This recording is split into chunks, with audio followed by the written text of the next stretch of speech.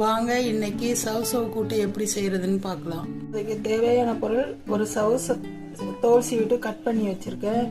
குழம்பு மிளகாய் தூள், தக்காளி, பூண்டு, பச்சை மிளகாய், உப்பு, எண்ணெய், பாசிப்பருப்பு அரை கப், வெங்காயம்.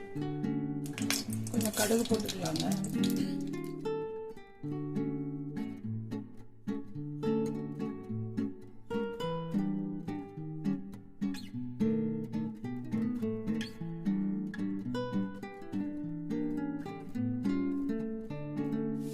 தண்ணி ஊற்றி நம்ம மூடி போட்டு வேக விடலாம்.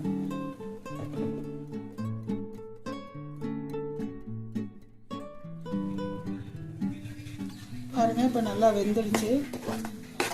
நம்ம கொத்தமல்லி தழை போட்டு இறக்கிக்கலாம். தேங்காயும் அரைச்சி போடலாம், ஆனால் நான் தேங்காய் போடலை. இதோ பாருங்க ரெடி. உங்கள் வீட்லேயும் சேர்த்து பார்த்துட்டு எப்படி இருந்ததுன்னு சொல்லுங்கள். இது சப்பாத்தி கூட ரொம்ப நல்லாயிருக்கும்.